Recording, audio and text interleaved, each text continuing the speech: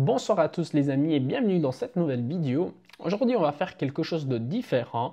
On va oui analyser les marchés comme on fait d'habitude, le marché crypto en général. Et on va parler du sentiment du marché parce que je vois qu'il y a beaucoup de nouvelles qui sortent, par exemple l'ETF Spot ou encore le XRP. La semaine passée, on a eu la nouvelle de XRP. Si vous ne savez pas de quoi il s'agit, je vous laisse la vidéo que j'ai sortie il y a quelques jours. Et donc le marché il bouge aussi, enfin le sentiment de marché est très important aussi à analyser parce que souvent quand il y a trop de négativité, ben, cela pourrait être un bon moment d'achat. Ce n'est pas des conseils en investissement, mais c'est pour aller vraiment chercher où on pourrait se trouver.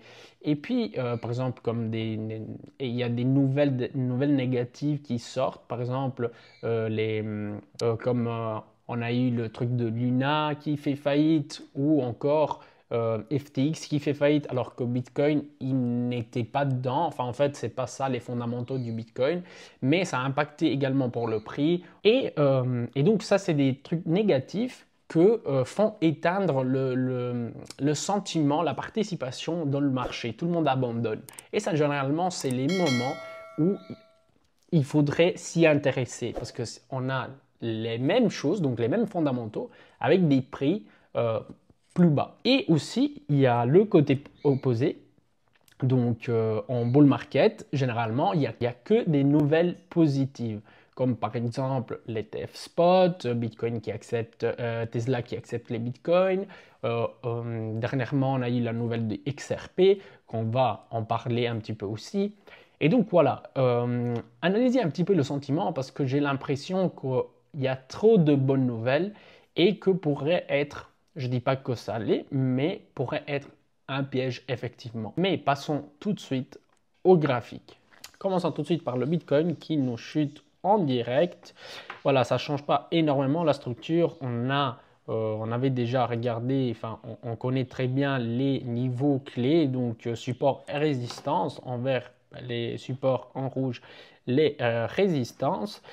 Ce qui avait voilà, si vous avez suivi, vous y étiez un petit peu préparé. Pourquoi? Tout simplement, on avait trouvé, non, c'était pas ici, c'était ici. On avait trouvé une divergence, même ici en fait, une divergence baissière dans le journalier que, voilà, 80 fois, enfin, le 80% des fois, bah, ça marche. Ça donne un retracement, un pullback. Ici, vous voyez, higher high sur le prix et higher low sur le RSI. À part ça, ça ne change pas énormément la structure. Des autres niveaux à regarder si on casse la résistance ici, elle est un petit peu moins importante. C'est là. Et puis ensuite, si on perce celle-là, ben, il y a toujours le support, on va dire principal, qui se trouve alentour des 24 800. Qu'est-ce que je voulais dire aujourd'hui? Donc, on a eu beaucoup de nouvelles. On a eu beaucoup de nouvelles. Celle de XRP aussi, qui a fait vraiment décoller la crypto-monnaie. Elle a pris 60%, je crois. Regardez la bougie, ici on est dans l'hebdomadaire, si vous y pensez, c'est vraiment un truc de fou. Mais voilà, qu'est-ce qui se passe? En gros, bah, ils ont eu une affaire judiciaire avec la SEC et pour pas en parler pendant des heures, en gros, le juge a dit que, ok, pour les ventes institutionnelles, que c'était une securities, ça peut être considéré comme un contrat d'investissement, mais pour les ventes en exchange, ben, c'est pas en fait, c'est pas des contrats en investissement. Cela, ça change tout. J'ai déjà fait une vidéo, comme je vous ai dit. Pourquoi? Tout simplement parce que alors, comme n'est pas impacté, enfin comme XRP n'est pas une securities, ben forcément les autres crypto-monnaies qui avaient déjà été mentionnées et parfois délistées des exchanges, XRP, si vous ne le savez pas, avait été délisté un petit peu partout. Et donc, voilà, ça rend. Et donc, les jours après, ben, les exchanges ont commencé à relister cette crypto-monnaie. Et donc, le marché américain peut échanger cette crypto-monnaie aussi. Et si c'est valable pour XRP, ça vaut aussi pour Solana, Polygon, Cardano et beaucoup d'autres crypto-monnaies.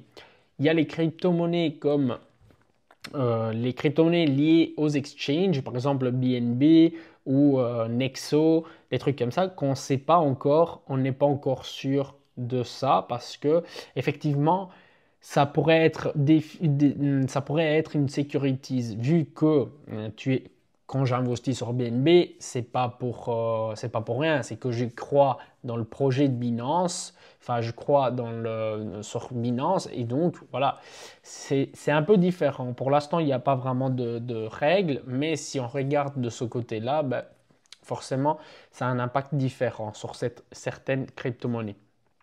À part ça, les autres crypto-monnaies qui avaient gagné ont quasiment tout remis. Par exemple, Ethereum, ça c'est avant la nouvelle, elle a pris le 8% et maintenant on est quasiment au même endroit. Parfois les nouvelles, ça change la volatilité, mais ça ne change pas la structure du marché.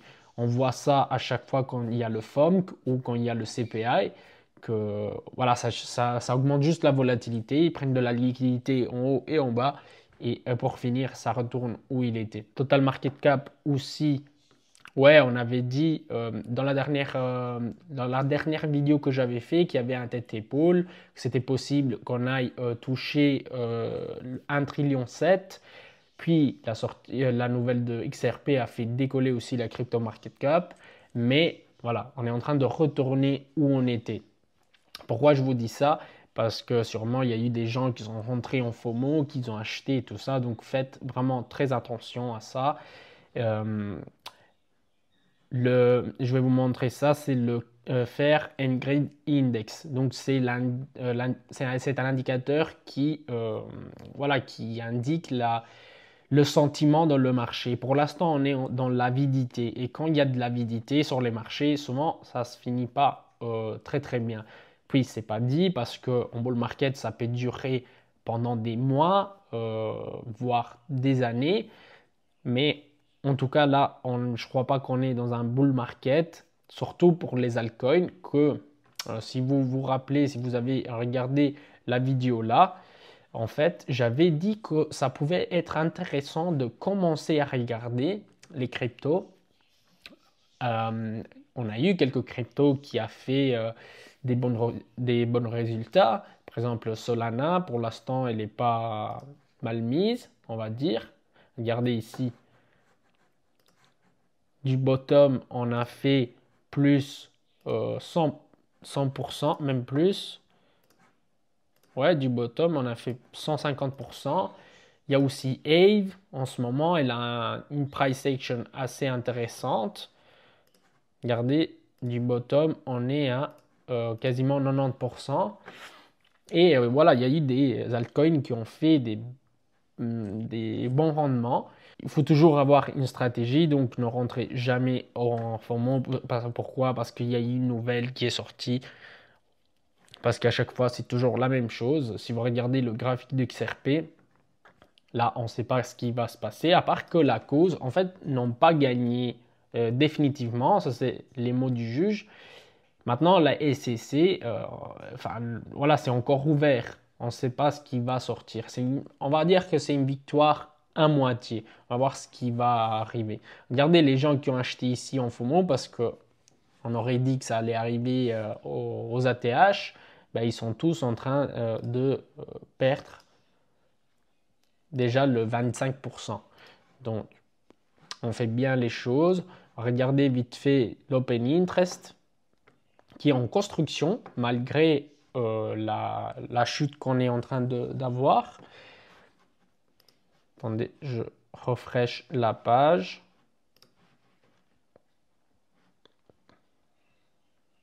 Voilà, on a eu voilà, un petit coup aussi sur l'open interest. On va Avec cette chute, en fait, il y a eu beaucoup de langues qui sont fermées. Ah non, attendez. Donc, beaucoup de shorts qui sont en train de se fermer et il y a des longs qui sont en train de s'ouvrir. Donc, attention, ça pourrait être pour aller chercher de la liquidité. Des XRP, on en a déjà parlé. On peut aller analyser la Bitcoin Dominance. Donc, qu'est-ce que je voulais dire de différent aujourd'hui? Je voulais vous faire, voilà, ici on est dans le 4 heures, journalier, on est encore en retracement, mais attention parce que ça pourrait vite changer. Ce qui se passe souvent pour avoir une altcoin season, c'est qu'il faut que le Bitcoin définisse une structure précise, donc higher high et lower high ici, et ensuite, au bout d'un moment, là pour l'instant, la Bitcoin Dominance elle est en train de monter, mais pour l'instant, on est dans un retracement.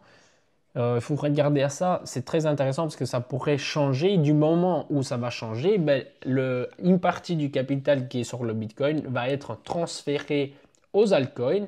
Et donc là, effectivement, ben, c'est les altcoins qui performent mieux, ont des performances plus grandes que le Bitcoin.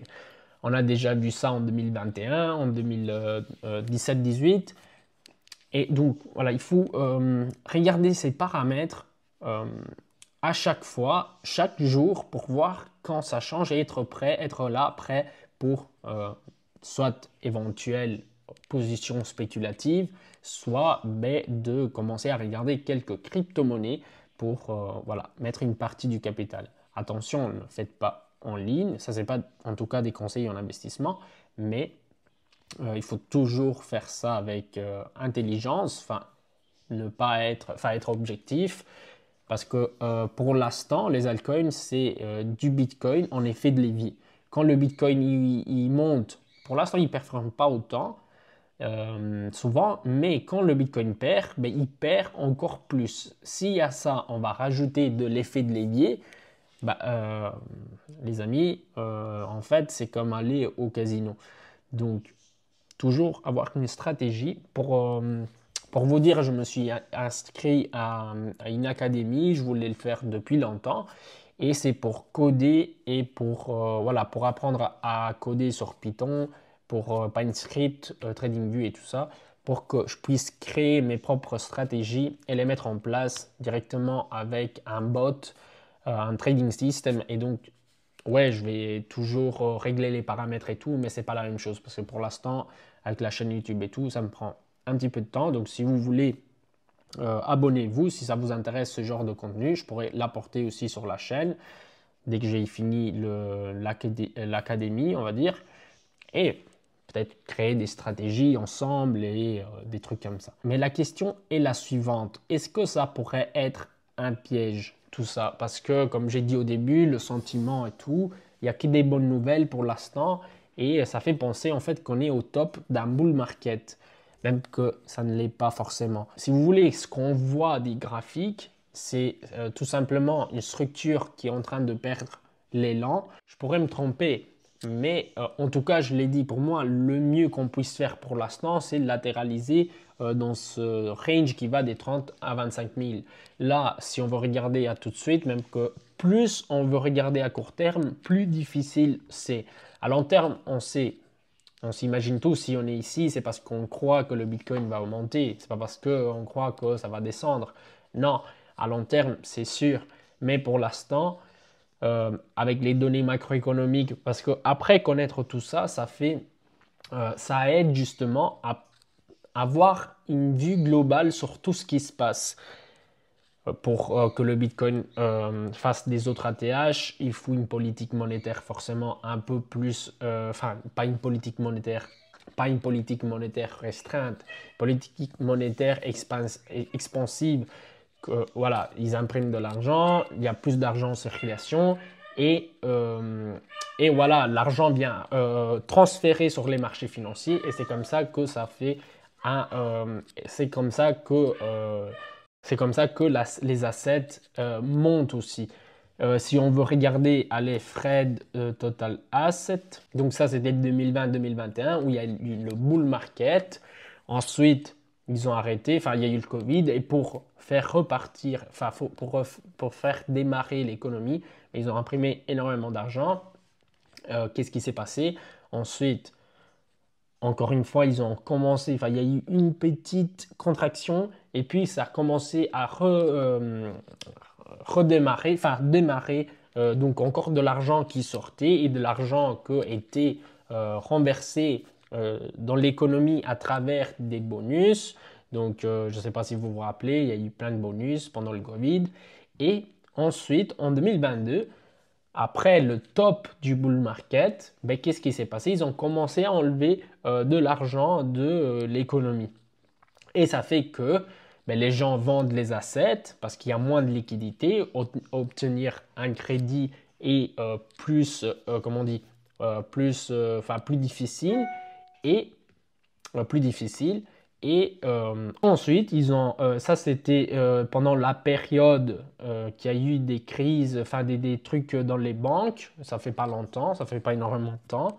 Mars 2022, enfin mars 2023. Et c'est là en fait que le Bitcoin aussi a commencé à montrer un petit peu de force. Parce qu'il y a une partie du capital qu'ils ont remis en circulation, va aussi dans les assets. Et donc c'est un truc comme ça. Donc je vous disais, pour moi, la meilleure chose qui puisse arriver, c'est de latéraliser dans ce range.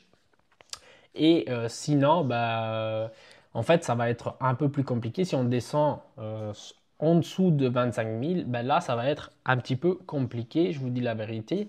Mais si on latéralise dans ce range, pourquoi? Aussi parce que BlackRock, s'il accepte un ETF spot, ça ne va pas être pour acheter du Bitcoin à 30 000 pour l'instant, que c'est le maximum de ce trimestre, on va dire.